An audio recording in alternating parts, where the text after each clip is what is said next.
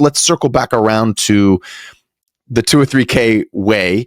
And I think it's interesting because you mentioned you mentioned that it's a loan product from FHA. I didn't even know the FHA had a renovation loan product. So yeah, keep giving us the high level view of that method that you're all in on. Sure. So, I tried, and so I learned about real estate investing. I took the red pill, as I like to say. I read Rich Dad, Poor Dad.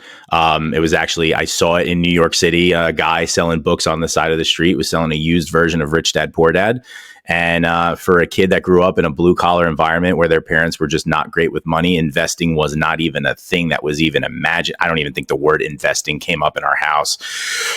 It's a huge, like, I call it a red pill because it is almost like you're seeing the Matrix, right? I'm a big Matrix fan, and it's like you could like see the world for what it is, or you could see like, at face value, you could see what's really behind the curtain. So, went down that whole rabbit hole and was like, okay, how, I'm 9 to 5. I'm like, oh, I hate the man, screw the man. I'm going to get my own business. I'm going to do this. And like tried everything you could think of, right?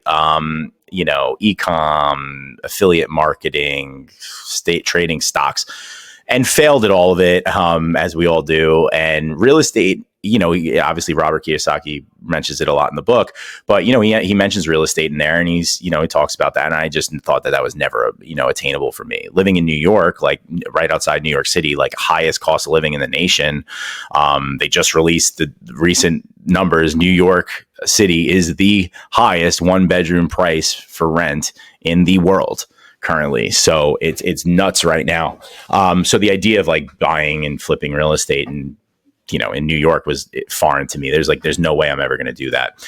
But I wanted to, but in the back of my head, I wanted to. So I listened to some podcasts, found out about wholesaling, right? About, that was kind of the way we're talking about, like, it was kind of like a guru way, like, hey, no money, no credit, I can get into this. And I tried it. And, I learned, like I said, I learned a lot. Like I learned and I tried that. I tried, my background's in construction. So I tried to use that as my leverage to kind of find things. And I just was trying and failing across the board to the point where my family was making fun of me, calling me out. Like, why the hell are you doing this? Like, why are you wasting your money on these courses and these times and this stuff? Like, you have a great job. What the hell are you doing? And it was frustrating. And it wasn't until I went to my local RIA and built some relationships there and met this lady, Melissa Shea, who ran the RIA. And I pulled her off to the side one day and I said, Melissa, I've been trying everything. Like, I really want to do this real estate thing. Everyone's telling me you could do it with no money. You could do all these things. Like, I don't know. I've tried it all. Like, if you were in my position, at the time I was 25, 26 years old, I'm like, I maybe got 10 grand saved up in the bank. What would you do? And she said, listen, I've never done it personally, but there is a loan program called the FHA 203K. And just like you, after years and years of reading on real estate and trying all these different avenues, never heard of it. So my ears immediately peaked up. I'm like, okay, what is that? I haven't heard of this. And I thought I read everything there was to read about real estate at this point. And she's like, well, it's an FHA loan. So it's an owner occupant loan, right? It's a loan that's backed by the government, but it's then there to increase home ownership for people that, maybe don't have enough money for a big down payment, lower credit score criteria, everything like that. She said, you only need 3.5% down. And you can purchase a fixer upper property. It could be in any messed up condition. You could purchase foreclosures, short sales, whatever. And all you need to do is put that 3.5% down, live in the property. But she said, basically do like an owner occupant or a house hack.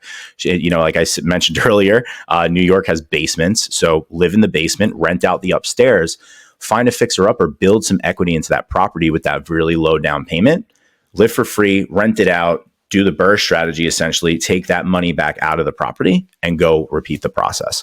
So my mind was blown. I immediately went home and started Googling this stuff. And like, obviously to your proof, there just wasn't much about it. And lo and behold, it was just one thing that I like to say I have pig-headed determination. And because someone that we were talking about, like the importance of masterminds and coaches and everything like that, because she told me that, it planted enough of my seed. Like, this is a person I highly respect. She's obviously very successful, knows what she's talking about, took some time out of her day to like understand my situation and just say like, go do this.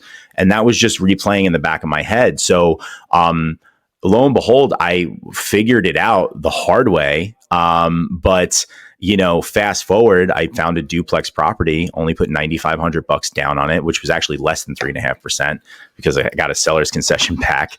Was all into the property. So I bought the property for $270, put $80,000 of the reno into it. So what's cool about the 203K is you wrap the renovation budget into the mortgage. So basically what happens is you get the purchase price, plus they put that $80,000 renovation budget into escrow. And then what happens is when you close, you can draw down from that money as you go through the renovation and through the process. And you do it for very low rate and very low interest rate. And you own the house. It's not like you're using hard money or, you own that. It's your property. $350 all in, 6 to 8 months later, got it reappraised for $480. Was living in one unit, renting out the other. So basically living pretty much almost for free, maybe kicking in a couple $100 a month, which was the house hacking concept. Yeah. And lo and behold, that $150,000 in equity that I built was what I was able to use to go repeat the process and go get into flipping and do it again and build my portfolio. But it was the thing that allowed me to break into the game that nobody knows about. People that do know about it know everything wrong about it. And there might be people listening to this right now that are like, oh, I've heard 203Ks are a pain in the butt. Listen, painting a house is a pain in the butt if you've never done it before, right? Like the idea is like anything's a pain if you don't have experience in it. So what I specialize in is clearing the air, giving people a proven process that works so that they can capitalize on it too, especially when they're just starting out.